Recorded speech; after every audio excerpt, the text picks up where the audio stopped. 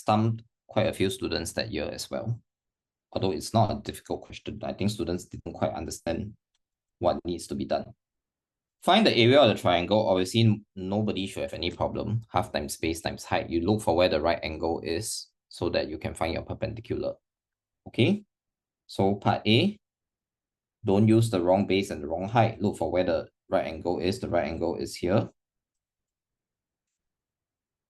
which means that your base and your height is 10 and 24. So area is half times 10 times 24. It will give you 120. Okay, the first part is meant to be a free mark. It is part B that is a little bit complicated. What is the answer to part B? The answer to part B is 48.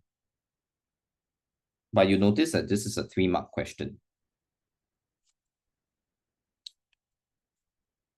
Now, part B is actually not very straightforward. Why? Because you need to think about it from a very logical perspective. I have a piece of paper, so I'm just going to sketch out the piece of paper so that you can visualize what is happening. So they tell you that you have a piece of paper that measures 100 by 60. Correct? You are trying to cut out as many such triangles as possible. So think about it. The triangle measures 10 by 24 by 26. How will you cut it? You will likely cut them in groups of rectangles, meaning like this.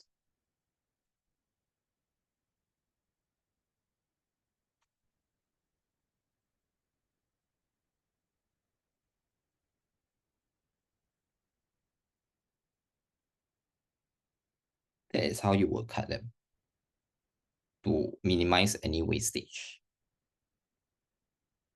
So this will be 10, this will be 24.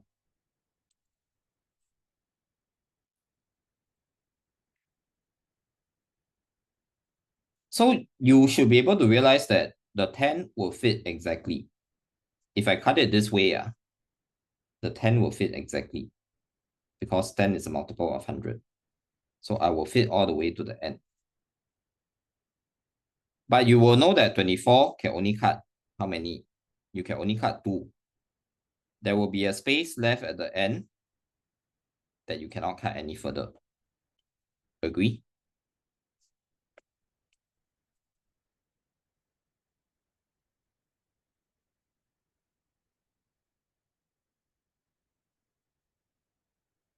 So that is how it will look like. So remember, for these types of questions, you can never take area divided by area. So if you take area divided by area, it's wrong. So what you need to do is to take 100, you divide by 10. That will give you your length. That will give you 10. Then you take 60, divide by 24.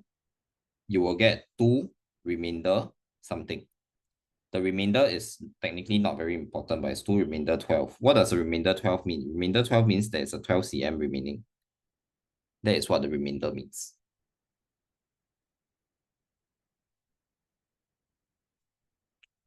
So many students,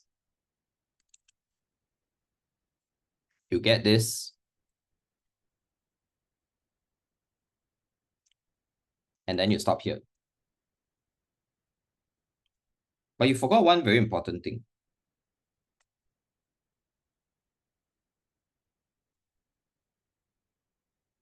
If you did it this way, right, you find that the leftover is 12, right?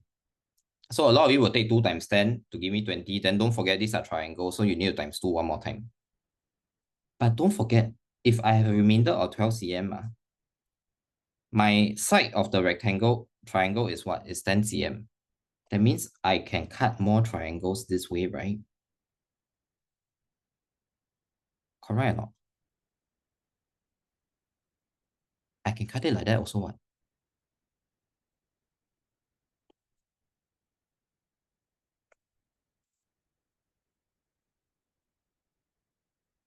And that is where the remainder here is important.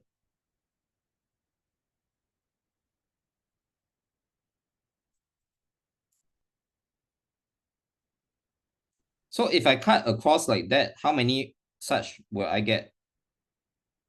I need to take 100 divide by 24. It will give me 4 remainder 4. So I can actually cut another 4 such rectangles out sideways. And so when I multiply everything, I will take 10 times 2 plus 4 to give me 24. And then this is the number of rectangles.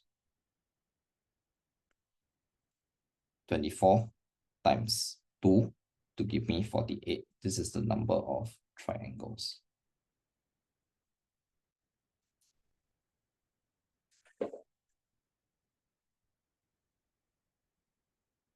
Interestingly,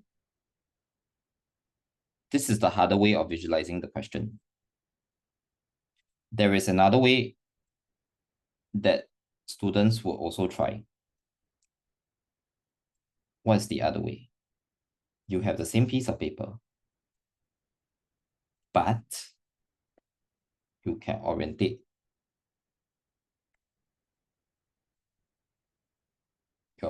your triangles differently. What if I orientate them this way directly?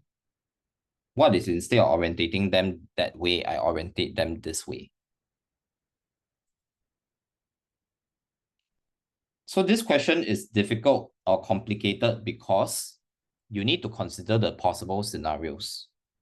I could have cut my triangles this way also. I don't need to do it vertically, right? I could have cut them horizontally too. If I cut them horizontally, then this one is a lot more straightforward. You know that this is 10, this is 24. Correct?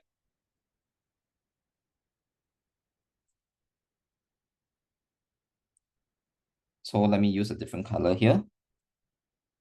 So this is where you will take 100 divided by 24 to give you 4 remainder 4. Then you take 60 divided by 10 to give you 6. And then 4 times 6 will give me 24, which is the number of rectangles. And then 24 times 2 to give me 48, which is the number of triangles.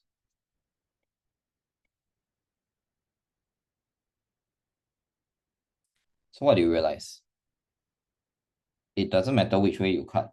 The maximum number of triangles that you can get in both cases is 48. But if you did it this way, you need to be very, very careful because you must understand that you can cut more triangles sideways. But if you happen to do it this way, you will just happen to get the correct answer directly.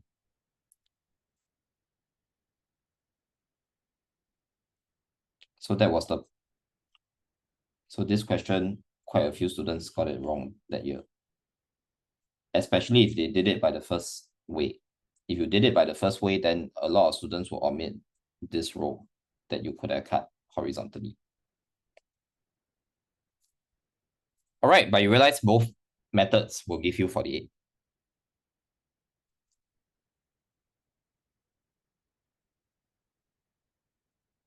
Okay, so this is a very interesting question that year.